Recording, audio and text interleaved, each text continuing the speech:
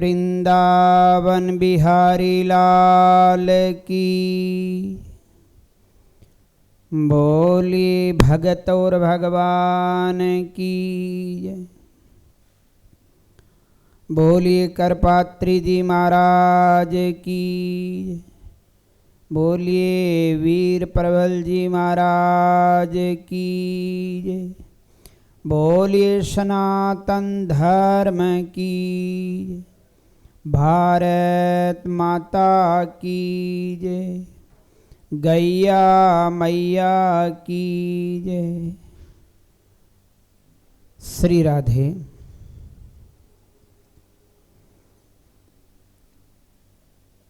चातुर्मास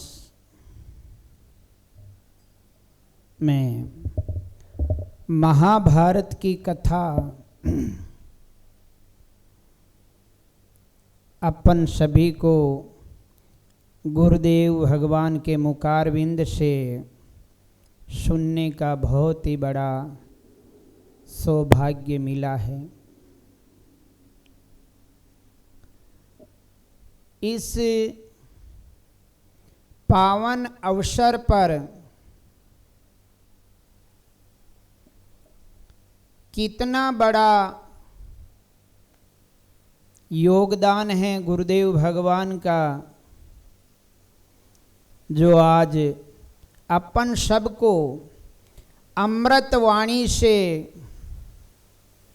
समस्त शरीर के विकारों का नाश कर रहे हैं। ये काम, क्रोध, लोभ, मोह, ये क्या है? ये बहुत बड़े शत्रु है।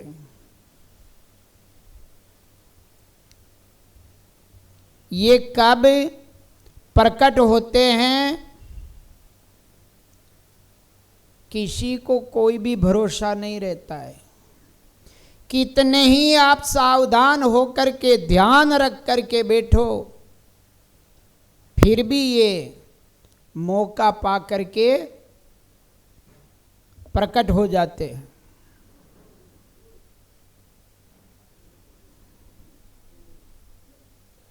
संतों की बार बार वाणी रूपी शस्त्र से इन काम क्रोध रूपी राक्षसों का वध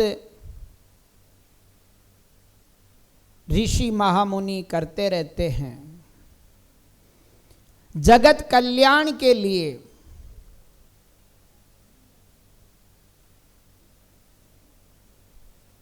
ये तन है, ये मन है, ये धन है, ये संसार है, ये रहने वाला नहीं है। ये अखंड चलता रहता है।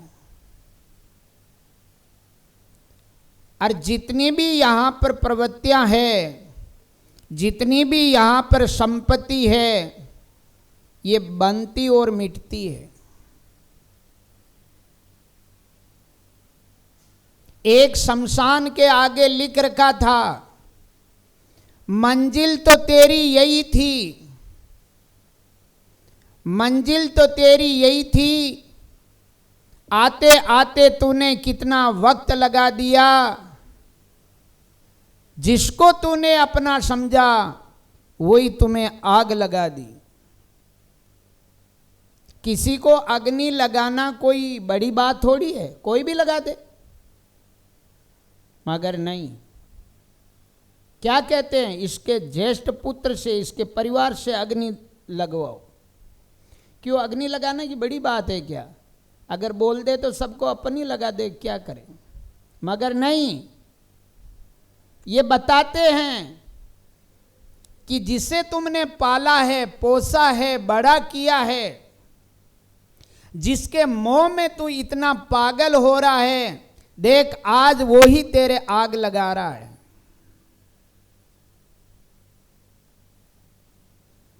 एक बड़ा सुंदर प्रसंग बताया है कि दो शिष्य गुरुकुल में पढ़ते थे। गुरुजी परीक्षा लेने के लिए बोले कि जाओ, आज किसी के नहीं देखते हुए बाग से 2 आम तोड़ के लाना है, मगर किसी को पता नहीं चलना चाहिए। एक शिष्य को पूरब दिशा में भेज दिया, एक शिष्य को पश्चिम दिशा में भेज दिया। और गुरुजी ने कहा बेटा ध्यान रखना, बार बार बोल के भेजा, किसी की भी नजर नहीं पड़नी चाहिए, बिल्कुल छुपा के लाना, किसी को पता नहीं चलना चाहिए कि इस बाग से किसी ने आम तोड़ा। दोनों को भेज दिया। गुरुदेव परीक्षा लेने के लिए भेजे थे, पूरब दिशा में गया, जैसे ही बाग की खिड़की खोलने लगा, आत्मा ने मना कर दिया, नहीं। प्रकृति देख रही है, धरती माता देख रही है, रात्रि का समय हुआ तो क्या हुआ, सारे तारा देख रहे हैं। गुरुदेव कथा में कहते थे कि कण कण में परमात्मा है, तो इस बाग का आम कैसे तोड़े। कोई बात नहीं, गुरुदेव कुछ भी कहेंगे तो चलेगा, मगर ऐसे छुपा के आम तो ले जा ही नहीं सकते हैं। हाथ मलता हुआ वापस आ गया और पश्चिम दिशा में गया। वो इधर उधर देखा, कोई नजर नहीं आया, और एक आम नहीं 5-10 आम तोड़ लाया। बोले गुरुजी ज्यादा आशीर्वाद देंगे। दोनों शिष्य आए, जो आम लेके आया मन में विचार कर रहा था आज मेरा तो नाम होगा, ये तो आम लाया नहीं है। प्रसन्न होकर के बोला गुरुदेव आप एक आम मंगाया, मैंने 10 आम लेके आ गया। बोले अच्छा किया, किसी ने देखा नहीं। बोले गुरुदेव किसी को पता नहीं चलने दिया। बोले अच्छी बात है। दूसरे शिष्य को पूछा भाई कि गुरुदेव एक देखता हो तो उसको कैसे भी छुपाऊं, वहां तो कण कण के अंदर परमात्मा विद्यमान थे। 5 भौतिक शरीर की ये 5 वृत्तियां हैं, अग्नि, पवन, धरती, आकाश, जल, प्रकृति, सब देख रहे थे। इतनों के बीच में छुपाने की कोई जगह नहीं, और वहां तक तो क्या छुपाऊं, प्रकृति तो दूर रही, मेरी अंदर की वृत्तियां भी मुझे मना कर दिया, मेरी आत्मा के अंदर भी कह रहे हैं कि मैं देख रहा हूं।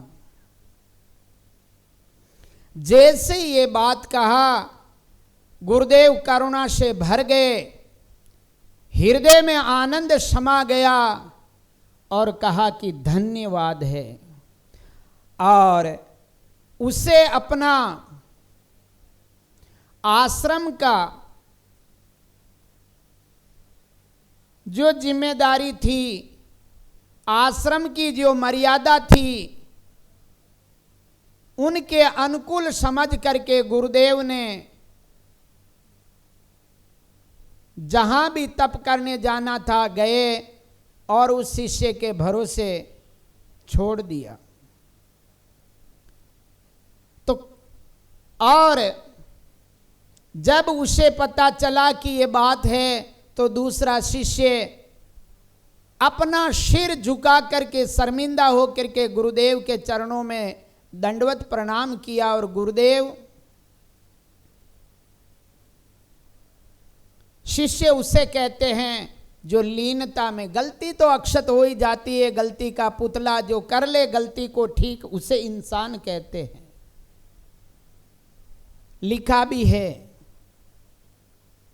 खूब लिखा है लिखने वालों ने। और उस शिष्य ने उस दिन से संकल्प कर लिया कि गुरुदेव कहीं गलतियों को सुधारने का प्रयत्न जरूर करूंगा। ये सबसे बड़ी बात है। और कोई गलती भी करते हैं फिर भी कहता कि नहीं मैं बस, ये मैं अहंकार है, और जहां अहंकार है वहां पतन है। जीवन में गलती होती रहती है, गलती को शुद्ध कर लो, गलती को ठीक कर लो, जीवन सुधर जाएगा। कहते हैं जिंदगी खत्म हुई तब जीने का ढंग आया, जब समाई बुझ गई तब महफिल में रंग आया। जिंदगी खत्म हुई तब जीने का ढंग आया, जब समाई बुझ गई तब महफिल में रंग आया। बदनसीब हाथ मलता ही रह गया, ऐसा समय क्यों आया। समय रहते जो संभल जाता है उसका भविष्य भी संभल जाता है, और समय नहीं रहते हुए कहते हैं भजन करेंगे भजन करेंगे। क्या भजन करोगे? समय निकल जाएगा, फिर क्या भजन करोगे? जवानी में तो भजन करते नहीं, जब बुढ़ापा आएगा तब भजन करेंगे। अरे बुढ़ापा किसने देखा है? बुढ़ापा आए नहीं आए, हाथ पैर चले ना चले, जीभ हिले ना हिले, आंख खुले ना खुले, कान श्रवण शक्ति बंद हो जाएगी, सुने ना सुने। इसलिए बड़ी सुंदर पंक्ति में कहा है, आप लोग भी अगर बोल सको तो बोलना। भजन करो मस्त जवानी में, बुढ़ापा किसने देखा है। भजन करो